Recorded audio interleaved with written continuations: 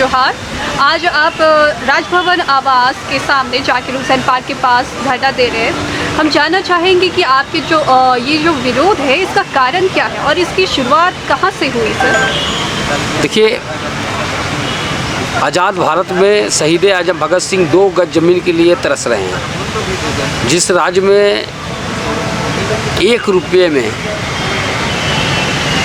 MU किया जाता है, हॉस्पिटल के नाम पे, स्कूल के नाम पे, जैसे बाबा रामदेव का स्कूल को देख लीजिए, 1 रुपये में MU हुआ। उसे कई संस्थान हुआ है जहाँ सैकड़ों एकड़ ज़मीन 1 रुपया में दे दिया जाता है, और उसी राज्य में शहीद आजम की प्रतिमा के लिए 2 गज ज़मीन नहीं मिल पाना, ये दुखद है।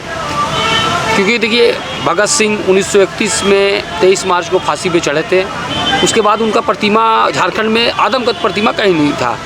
और आज रांची शहर के हर एक गली मोहल्ला में जाइएगा, चरस, अफीम, ब्राउन शुगर इंजेक्शन आपको धड़ल्ले से बिक रहा है और नौजवान उसका सेवन कर रहे हैं। हमारा नस्ल बर्बाद हो रहा है। तो हम लोगों ने प्रयास किया पिछले 2 साल से मुराबादी में प्रत्येक रविवार को सुबह में हम लोग राष्ट्रगान कराते हैं, और राष्ट्रगान कराने के पीछे हमारा उद्देश्य है कि ये नशा से नौजवानों को दूर भगाना।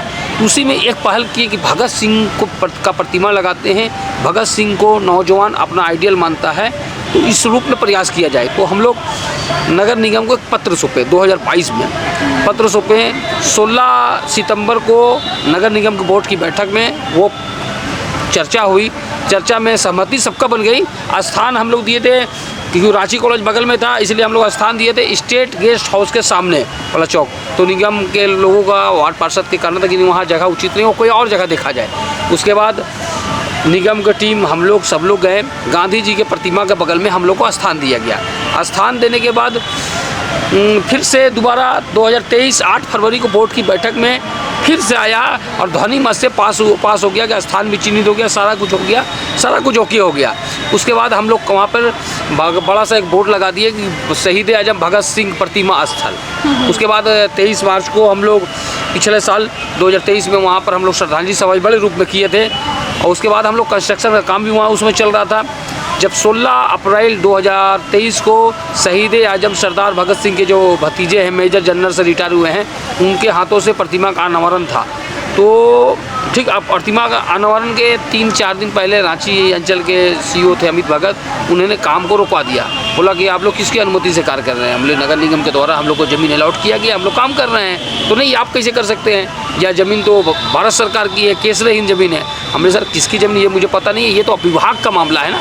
हम तो कोई गुंडा क्रिमिनल है नहीं, कोई ज़मीन दलाल है नहीं जो ज़मीन कब्जा कर लिए। हमको तो सरकार ने, निगम ने यह ज़मीन दिया, हर हाई कोर्ट के आदेशानुसार हम लोग उस कार्य पे चले हैं, पत्र दिए हैं, बोर्ड की बैठक में सारा सहमति लेकर कार्य किए हैं, उसका चिट्ठी भी दिखाए।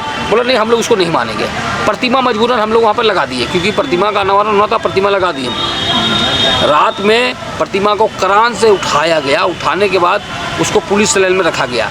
उस समय तो प्रशासन, जब हम लोग आंदोलन करने लगे, चरणबद्ध आंदोलन करने लगे, CM आवास मार्च करने लगे, तो प्रशासन, रांची के ADM थे और नगर निगम के उप नगर आयुक्त के साथ में कई दौर का वार्ता हुआ। बोला नहीं, आप लोग को जगह हम लोग दे रहे हैं। हम लोग को लिस्ट दिया गया कि ये जगह आप चिन्हित कर लीजिए। तो जगह, जिस जगह को हम चिन्हित कर, लिस्ट अपने वो दिए हैं। बोलते थे नहीं, ये जगह में तो पहले से यहाँ पर नहीं हो सकता है। हम लोग यहाँ पर निगम पार्क में मांगे तो पहले सहमति बस बोलते नहीं, वहाँ CM की सुरक्षा से दृष्टिकोण से नहीं दे सकते हैं। हम लोग मुराबादी चिल्ड्रेन पार्क दे दिया जाए, लिस्ट में उसका भी नाम है। बोला नहीं, यहाँ भी नहीं दे सकते हैं। अरे भैया, तो लिस्ट आप दिए क्यों है जब कहीं दे नहीं सकते हैं? हम लोग नगर निगम का चक्कर लगाते थक गए, और जब प्रतिमा जहाँ रखा हुआ था वहाँ जाते नहीं थे, हिम्मत नहीं करता था। लेकिन जिस दिन प्रतिमा को देखने हम लोग देखने गए, वो आँख भर आया, स्थिति बद से बदतर है। तब हम लोग बोले नहीं, अब याचना नहीं, रन होगा, अब आर पार का लड़ाई लड़ेंगे। अगर भगत सिंह के लिए अगर फांसी पे भी चढ़ना पड़े तो हंसते हंसते फांसी पे चढ़ेंगे। एक 23 साल का नौजवान देश को आज़ाद कराने के लिए फांसी पे चढ़ा था, और हम लोग उस भगत सिंह का प्रतिमा लगाने का अगर फांसी पे चढ़ना पड़े तो हंसते हंसते चढ़ेंगे। इसलिए 25 तारीख को हम लोग पहाड़ी मंदिर से राजभवन मार्च करते हुए यहाँ पर पहुँचे, हज़ारों की संख्या में, और तब से हम लोग अनिश्चितकालीन धरना पे यहाँ बैठ गए हैं। कल हम लोग घोषणा किए हैं 12 मार्च को रांची बंद रहेगा।